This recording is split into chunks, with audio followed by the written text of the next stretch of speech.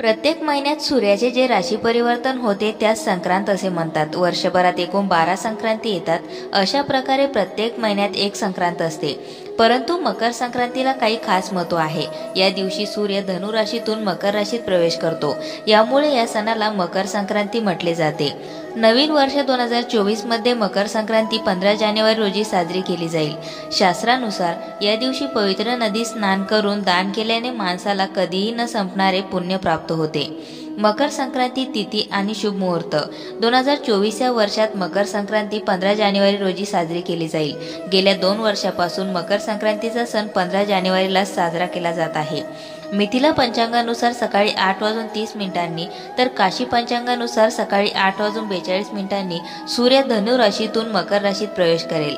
यामुळे 15 जानेवारीच्या दिवशीच मकर संक्रांतीचा सण साजरा केला जाईल। मकर संक्रांती शुभ योग।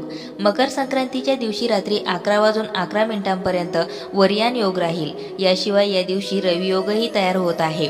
सकाळी 7:15 पासून ते 8:07 पर्यंत रवी योग असेल। या योगामध्ये पूजा आणि दान केल्याने निरोगी आयुष्याचे वरदान मिळते असे सांगितले जाते। सूर्य मकर राशीत कधी जाणार? 15 जानेवारी रोजी मकर संक्रांतीचा मुहूर्त पहाटे 2:54 आहे। त्यावेळी सूर्यदेव मकर राशीत प्रवेश करेल। त्यानंतर महिनाभर सूर्यदेव मकर राशीत राहतील। याचा परिणाम सर्व राशींच्या जीवनावर होणार आहे। मकर संक्रांतीचा शुभ काळ सकाळी 7:15 पासून ते 9 वाजेपर्यंत आहे। मकर संक्रांतीला शुभ काळात स्नान करणे शुभ मानले जाते। मकर संक्रांतीचा पुण्यकाल सकाळी 7:15 पासून ते सायंकाळी 5:46 पर्यंत आहे। मकर संक्रांतीचा शुभ काळ 10 तास 31 मिनिटांचा असेल। यावेळी मकर संक्रांतीच्या दिवशी स्नान करून काही गोष्टींचे दान करावे। मकर संक्रांतीची पूजा पद्धत। येत्या सोमवारी म्हणजेच 15 जानेवारी रोजी संपूर्ण भारतात मकर संक्रांतीचा सण साजरा होत आहे। या दिवशी सकाळी उठल्यानंतर सर्वप्रथम घराची स्वच्छता करावी। त्यानंतर पाण्यात गंगाजल टाकून स्नान करावे। शक्य असल्यास पवित्र नदीत स्नान करावे। त्यानंतर पिवळे वस्त्र परिधान करून सूर्यदेवाला जल अर्पण करावे। यासोबतच आपल्या ओंजळीत तीळ घेऊन ते वाहत्या प्रवाहात अर्पण करावे। त्यानंतर तुम्ही पूर्ण विधीपूर्वक सूर्यदेवाची पूजा करा। पूजेच्या वेळी सूर्य चालीसाचे पठण करावे। शेवटी आरती करून नैवेद्य अर्पण करा। जीवनात सुख, शांती आणि ऐश्वर्य मिळावे यासाठी सूर्यदेवाची प्रार्थना करा। पूजा झाल्यावर दान केल्याने विशेष पुण्य प्राप्त होईल। मकर संक्रांतीला कशी करावी सुगडाची पूजा?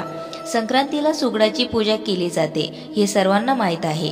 काळ्या आणि तांबड्या रंगाच्या मातीच्या सुगडांची पूजा या दिवशी करतात। पण त्यांना सुगड का म्हणतात?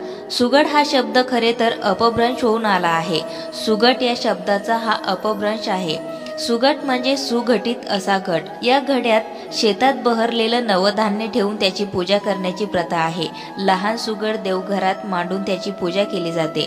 धनधान्याचं प्रतीक म्हणून त्यात हरभरा, गाजर, ऊस, तीळ, शेंगदाणे, बोर, तिळगुळ हे साहित्य भरलं जातं। कशी केली जाते सुगडाची पूजा?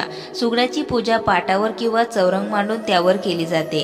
पाटाभोवती छान रांगोळी काढली जाते। पाटावर तांबड्या रंगाचे वस्त्र ठेवून त्यावर तांदूळ किंवा गहू ठेवावे। त्यावर सुगडं मांडावे। सुगडं मांडण्याआधी त्याला हळद कुंकू ओलं करून त्याच्या उभ्या रेषा लावून सजवावे। हरभरा, गाजर, ऊस, तीळ, शेंगदाणे, बोरं, तिळगुळ, हळद कुंकू, गव्हाच्या लोंब्या हे सर्व साहित्य सुगडात घालावे। काही ठिकाणी विशेषतः कोकणात काळ्या सुगडावर लाल सुगड पालथे ठेवण्याची पद्धत आहे। अन्यत्र काळं मोठं सुगड खाली त्यावर लाल सुगड ठेवून दोन्हीत वाण भरतात। सुगडावर अक्षता, फूल, हळद कुंकू वाहून मनोभावे नमस्कार करावा। तिळाचे लाडू आणि हलव्याचा नैवेद्य दाखवावा। यावर्षी मकर संक्रांती 2023 एक विशेष योग घेऊन येत आहे। यंदा मकर संक्रांती 15 जानेवारी रोजी साजरी केली जाईल। काही ठिकाणी सुगडदान करण्याची ही पद्धत असते। आपापसातील भांडणं, हेवे दावे, नात्यात निर्माण होणारी कटुता तिळगुळाच्या गोडीने नाहीशी करण्याची संधी मकर संक्रांतीचा सण आपणास देतो। अशाच नवनवीन माहिती व्हिडिओसाठी मंगलम या चॅनलला सबस्क्राईब करून बेल आयकॉनला जरूर प्रेस करा।